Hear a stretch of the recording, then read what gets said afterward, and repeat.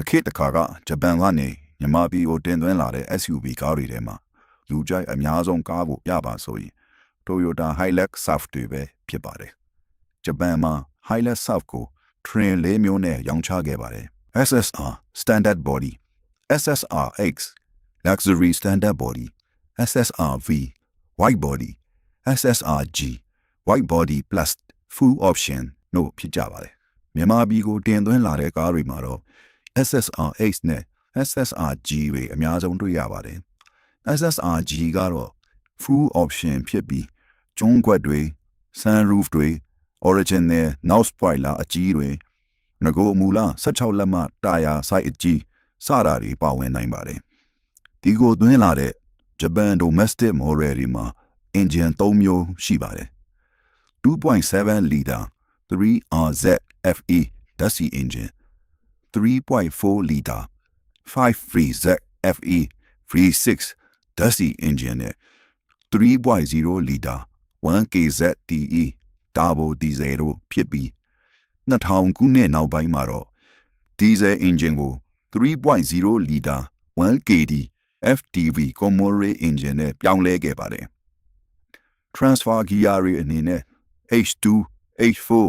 L4 ဆိုပြီးပြောင်းလဲအသုံးပြုနိုင်ပါတယ်။ SSRG မှာတော့ Full Time 4-wheel drive စနစ်ပါနိုင်ပါတယ်။ Front Suspension ကတော့ Independent with Double Wishbone ဖြစ်ပြီးသူ့ရဲ့ရှေ့က Model တွေမှာတောင်းထားတဲ့ Torsion bar တွေကို Point Spring တွေနဲ့ပြောင်းလဲပစ်လိုက်ပါတယ်။အနောက်ဘက်ကတော့ Solid Axle နဲ့ Point Spring မှာသူ့အရင် Second Generation ထက်ငြိမ်ချောင်းမှုအပိုင်းကတိတိတသာပြောင်းလဲသွားပါတယ်။မြန်မာပြည်မှာ Toyota Surf ကားတွေဘာကြောင့်လူကြိုက်များခဲ့တာလဲဆိုရင် Engine အယုံဆွဲကောင်းမွန်ခြင်း Body on Frame ဖြစ်လို့ခိုင်မာတောင့်တင်းခြင်းလမ်းကြမ်းရောလမ်းချောမှာရှိနေတဲ့မြန်မာလမ်းတွေအတွက်တင့်တော်ကောင်းမွန်ခြင်း Spare ပတ်များအလွယ်တကူရရှိနိုင်မှုပြန်ရောင်းရလဲလူကြိုက်များတဲ့ကားဖြစ်တာမို့ဈေးတန်းခိုင်မာကောင်းမွန်ခြင်းတို့ကြောင့်ပဲဖြစ်ပါတယ်။အခုခေတ်မှာဂျပန် SUV ကားမော်ဒယ်အမြင့်တွေရောဥရောပကားမျိုးစုံတရုတ်ကားမျိုးစုံစတဲ့ရွေးချယ်စရာတွေတပုံကြီးရှိလာပြီမဲ့လှပပကြွရွလေးဆင်ထားတဲ့ Toyota Hilux Surf ကားကောင်းလေးတစ်စီးလောက်လမ်းပေါ်မှာဖြတ်မောင်းသွားရင်တော့ကားချစ်သူဝါသနာရှင်တယောက်အနေနဲ့လဲပြန်ငေးကြည့်ရတဲ့ဂန်နဝင်ကားတစ်စီးဖြစ်နေသေးတာအသေးအချာပါပဲ။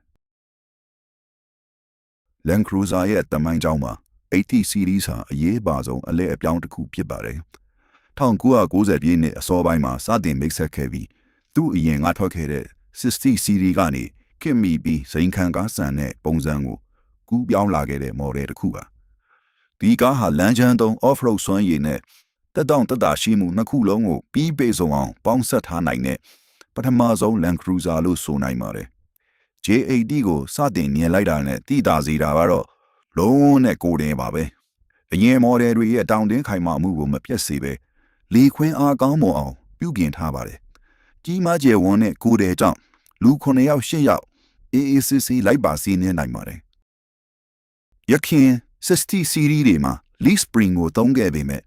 J80 မှာတော့ရှေ့ရောနောက်ပါ coin spring ကိုသုံးထားပါတယ်။ဒါကြောင့်လမ်းကျမ်းမှာရုံအားကောင်းတယ်လို့မြို့တွင်းလမ်းမတွေပေါ်မှာလည်းငြိမ်ချောင်းနဲ့စီးနှင်းမှုကိုဘေးဆွမ်းနိုင်ပါတယ်။ Solid Axle တွေကိုဆက်လက်ထိန်းသိမ်းထားတာကြောင့် off-road သမားတွေအတွက်ယနေ့ထက်ထိရွှေလိုတန်ဖိုးရှိနေစေဖြစ်ပါတယ်။ Engine အမျိုးအစားတွေကတော့တာဘိုမပါတဲ့ 1HZ 4.2 liter တာဘိုပါတဲ့ 1HDT 4.2 liter diesel engine တွေနဲ့ 1FZFE 4.5 liter ဓာတ်ဆီ engine တွေပဲဖြစ်ပါတယ်။ 1HZ engine ကစီစားသက်သာပြီးပြင်ရလွယ်ကူပါတယ်။ 1HDT engine ကတော့တာဘိုပါလို့အယုံအဆွဲအရန်ကောင်းပါတယ်။ 1FZFE engine ကတော့စက်တန်ငြိမ်ပေမဲ့စီစားနှုန်းများပါတယ်။ J80 ဟာဘလို့လမ်းကျမ်းမျိုးကိုမဆိုခက်ကြော်နိုင်စွမ်းရှိပါတယ်။ယခုအချိန်ထိ off-road ဝါသနာရှင်များအကြားလူကြိုက်အများဆုံးကားတစ်စီးလို့ပြောနိုင်ပါတယ်။မြန်မာပြည်မှာ 2G 2A လို့ခေါ်တဲ့ differential lock ရှေ့နောက်နဲ့2 airbag တို့ပါတဲ့ VX Limited model ကတော့ရေပန်းအစားဆုံးပါပဲ။24 var လို့အလွယ်ခေါ်လေးရှိတဲ့ J80 ဟာ electronic စနစ်တွေသိမ့်မပါဝင်ပဲခက်ရှင်းရှင်းတိဆောက်ထားတာကြောင့်ယနေ့ခေတ်ကားတွေထက်ပုံမအကျန်းခံပြီးကုပြင်ထိမ့်သိမ်းရလွယ်ကူပါတယ်ပြီးတော့ဒီကစက်ပြင်စရာတွေနဲ့အသားကျပြီးသားဖြစ်လို့ပြင်ဆင်ရလွယ်ကူခြင်း spare parts ပေါ်များခြင်းပြန်ရောင်းရင်ဈေးတန်းမှာခြင်းခရီးဝေးသွားသူများတောင်ပေါ်လမ်းမောင်းသူများအတွက်အလွန်စိတ်ချရခြင်းတို့ကြောင့်